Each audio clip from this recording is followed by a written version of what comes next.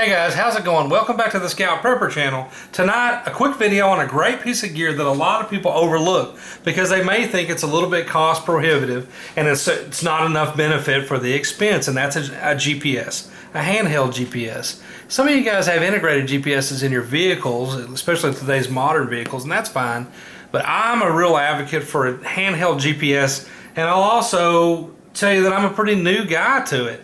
I went with map and compass for years as a scout. I did several high adventure bases, map and compass. We never had GPS. It didn't even, it existed, but it was not an option.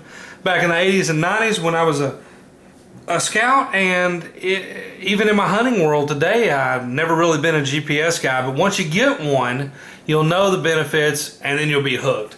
I've used this thing so far in my hunting world. You can use this thing for your emergency preparedness plans that you come up with, maybe even give stuff to your family, put this in your wife's car, things like that. So the possibilities are limitless. Now this is the eTrex 20, and you guys probably know the eTrex line, the old eTrex, the eTrex Vista, the eTrex, all those silver ones, yellow ones, gold ones. Those were at Walmart for years. Everyone has seen those in the case. Well, this is the fairly modern version, and it's the eTrex 20. They now do the eTrex 10, 20, and 30, and they're a little more modern configurations, and it's in color, so that's cool. The purpose of this is to show you where you're going or show you where you've been, in a nutshell. But on this, just like is with your smartphone of today, there are a ton of other features that aren't really GPS related, but there's some pretty neat stuff, and I'll toggle through those. But first, a little bit of philosophy. I'll turn it on and let it boot up while we're talking. Just takes a second. But let's talk about an emergency preparedness situation. So you have maybe a place where you go if disaster hit, be it weather related, social, economic problem, whatever it is. You know how to get there. It's maybe your deer lease, it's maybe another relative's house, it's maybe an out-of-state relative's house or something like that, or some land that you own. But what if the normal primary route is not the best one to take? What if you need to figure out other ways to go? What if there's some construction? What if there's roads out, washed out, damaged, trees down? Whatever it is, if you need to go another way, an eTrex, or any GPS for that matter, might be a good way to go.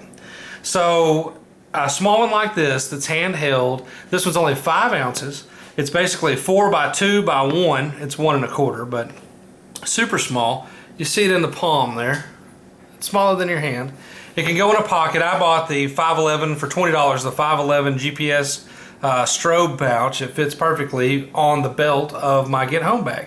So now, even though I may not need it, I do have a cool GPS that can help me get somewhere different. You can also use it, of course, in the hunting field. Mark where your deer is down, mark where you set your new stand, especially if you're hunting some public land or a friend's place or a paid hunt that you're on, something that you're not extremely familiar with. You can mark, here's where my ATV is, here's where camp is, here's the truck, things like that. So these are great to have for a lot of reasons. Now remember, you think, okay, I got a smartphone. I don't need a GPS, man. My smartphone has Google Maps. I'm good. I can do whatever. I have Google Earth, Google Maps, all that stuff on my smartphone, GPS, turn-by-turn navigation. No doubt. I have a smartphone too. It has all those things. But remember that a GPS works off of GPS satellites, whereas the cell phone works off of cellular towers. Even though it says GPS, in most cases it's going to use cell towers and Wi-Fi networks for triangulation, although some smartphones do have some standalone GPS capability, but they're nowhere near as robust as a handheld totally dedicated GPS. Now, of course, this does not have any cell service on it, and this model in particular does not have any messaging capabilities, but some emergency beacons and different higher-end GPSs do have some text capabilities, even though it does cost a subscription. Alright, some of the features on this thing. You can choose a few things. You push, basically this is a toggle button. Push it up and down, and it goes up and down the menus, left and right, up and down. It's a multi-directional toggle. Okay. On the side you have light right there, which is also the power on or off. Back is just that, it's a back on a menu. If you push back on the main menu, nothing happens. If you push light on the main menu, something does happen. It tells you the date and time, the backlight amount, your battery, and GPS strength. So that's kind of cool. Just when you hit the light right there, it just stays on for a few seconds, probably 10 seconds. If on the side over here is menu, and then up and down, and this is normally to toggle those options on the menu. It's also to zoom on the map. You can zoom out and zoom in on the map. So this isn't touchscreen like you might think, especially on today's smartphones. They offer that in some of their other series, but remember, this is $100 and something device, so it's not some of the $400 and $500 GPSs. Okay, if you go up, I'm just going to show you real quick. I'm going to read off the different areas that you can see. You got map and where to, compass and waypoints. That's where you mark them. Your trip computer shows you kind of what you've been doing, especially if you're hiking or driving. It's not limited. Setup. Your geocaches. A lot of you guys like doing that. Your waypoint managers. If you've set some waypoints, you can delete them in there or rename them. Photo viewer. Your route planner. That's where you plan your trips. Your profile changer. Your track manager. Active route. Calendar. Area calculation, where you can walk a property or drive a property on an ATV or an area, and then it'll calculate how many acres or square miles that was. So that's pretty neat. Sun and moon, and right below it, hunt and fish, my favorite. Those are the best times based on the lunar method of hunting and fishing, and that's always kind of cool. It's got a calculator, an alarm clock, a stopwatch. A man overboard deal is your marine stuff, although they have dedicated marine units with better features. Waypoint averaging, proximity alarms, your satellite shows which satellites it's locked onto, and your adventures. Adventures is something you can go on the Garmin software or their website, plan your stuff, upload it, and then as you go, it does some progress, shows your waypoints, and lets other people see those. So maybe your family could watch you do what have you. I'll click on the map there. I zoomed it onto Dallas. I live outside of Dallas when I was there the other day. So you can, the more you zoom in or out, as you see, there's all of Texas, Oklahoma, Louisiana, Arkansas. Zoom out some more. Now we're down into some Mexico and some upper, or you can go way in.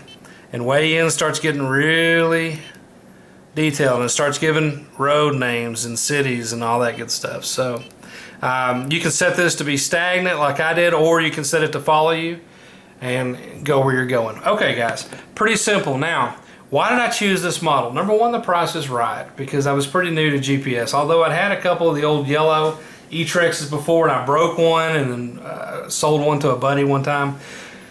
This runs off of AA's. So now that it's off of AA batteries, I can recharge it. I've got my Goal Zero. I've got my little Kodak recharger. You guys have seen both of those in the bug out videos.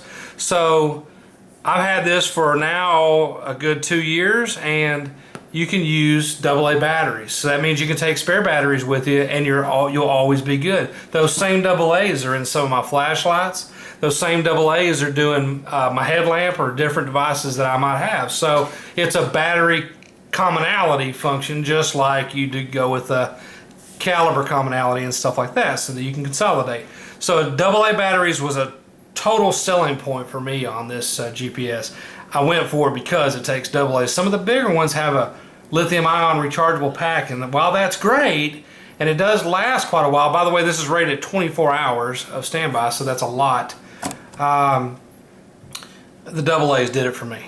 It's, again, 5 ounces, 4x2 by 1 1/4. You get the box. It comes with a bunch of manuals and a quick start guide. Manuals are in lots of languages, and you get a USB to micro cable, which is cool, and that's how you plug this into your computer. Now, I didn't need to plug it into my computer because I did a firmware update, but other than that, I didn't do any of the trip planning and route planning and all that good stuff. One more thing to remind you of is on here, it's difficult, in my opinion, the only criticism, it's difficult to make it plan where you're going to go just by using this menu, scrolling up and down and what have you. It has a nearest cities feature, but if you're not going to your nearest city, for example, my family and I went to an emergency funeral many states away, or several states away, a couple of months ago. I thought, okay, I'm going to turn on the GPS. Even though I knew how to go there, it had been quite a while.